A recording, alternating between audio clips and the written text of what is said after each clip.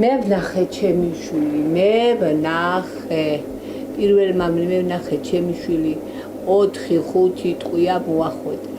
32 წლის კაცს 5 ტყვია საცხოვრებელი სახლის ეზოში ესროლეს. არჩილ ჯაბანაშვილს 2 ტყვია გულში ჰქონდა მოხვედრილი და სისხლისგან იცლებოდა, როდესაც დედა მიპოვა. ოჯახს ეჭვი აქვს, რომ აღდგომის ღამეს ჯაბანაშვილის მკვლელმა ჩასაფრება მოუწყო და დამნაშავე თანამზრახველებთან ერთად მოქმედებდა.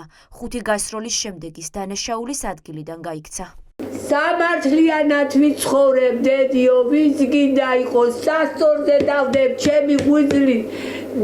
და შეც რო იყოს სასტორზე დავდებ ყველაფერს, დედა რომელი ისტორია იმ გზაზე გავიყვანო, დედა მოგიკვდეს შვილო. ზუსტად ეს არ მოსწონდათ ეს სამართლიანო. აი მას შეეწირა უსამართლობა ჩემი შვილი.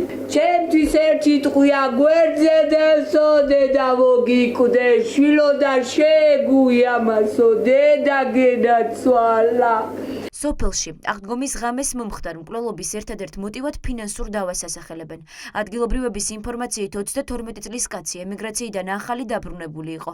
ახმეტაში ოჯახთან და მცირეწლოვან ბავშვებთან ერთად ცხოვრობდა. მოკლულმა წინასწარ იცოდა, რომ მასზე ანგარიშწორება იგეგმებოდა.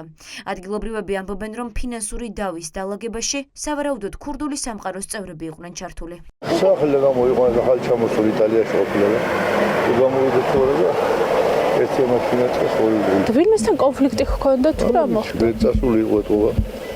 თავის საქონდა რა. წასული რა გარჩევის ამბავი იყო, რა იყო. გადაგდების ამბავი იყო.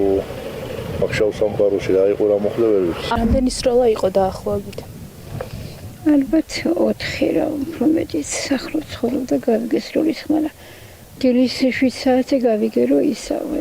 დაიღუპა, ესროლესო რა, დაიღუპა. აქ სახლთან ესროლესო? ხო, ამბობენ ასე და რა ვიცი და ნიჩენია ვერაფერს ვერ გეტყვით. სასტიკი მკვლელობიდან 48 საათის გასვლის შემდეგაც შინაგან საქმეთა სამინისტრო სავარაუდოდ დამნაშავეების კვალზე ვერ გავიდა. პოლიციას არც მკვლელი და არც თანამზრახველები დაკავებული არ ჰყავს.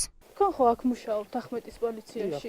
კრიმინალური პოლიციის თანამშრომელი ბრძანდებით. მე მაინტერესებს, აი თქვენს მეზობლად აქ მამაკაცი რომ ჩაცხრილეს საკუთარ საცხოვრებელ სახლთან, რა ეტაპზე არის გამოძიება? გახვედით თუ არა გაქცეული დამნაშავეს ან დამნაშავეების კვალზე? აღდგომის სუფრაზე მოკლეს 28 წლის დიმიტრი ჯავახიშვილიც. ახალგაზრდა ბიჭს მეზობელმა 5 ტყვია ესროლა. კაცი კლინიკაში გარდაიცვალა. პოლიცია ამ დრომდე უშედეგოდ ეძებს სოფელ ჩუმლაყში მცხოვრებ სავარაუდო დამნაშავეს, რომელმაც თანასოფლელის სასიკვდილოდ წარსულში მომხდარი დაპირისპირების გამო გაიმეტა. 4-5 გასროლის ხმა იყო. ადგილზე გარდაიცვალა ეს ბიჭი? როგორც ვიცი, საავადმყოფო ქუჩში წაიყვანეს და თუმცა გადარჩენა ვერ შეძლეს. ანუ ორივე მხარე ჩემთვის აი ძალიან კარგი ადამიანები, თუმცა რა ვერ გაიყვეს არ ვიცი.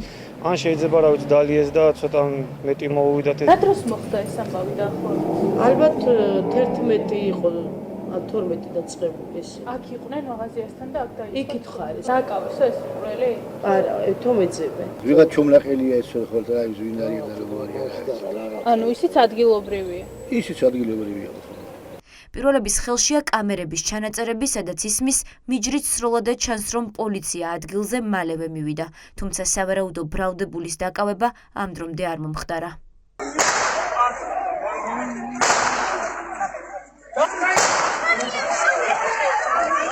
მკვლელობების სერია კახეთში. აღდგომის დღესასწაულზე მომხდარი 2 მკვლელობა გაუხსნელია. პოლიციას ამ დრომდე არავინ დაუკავებია.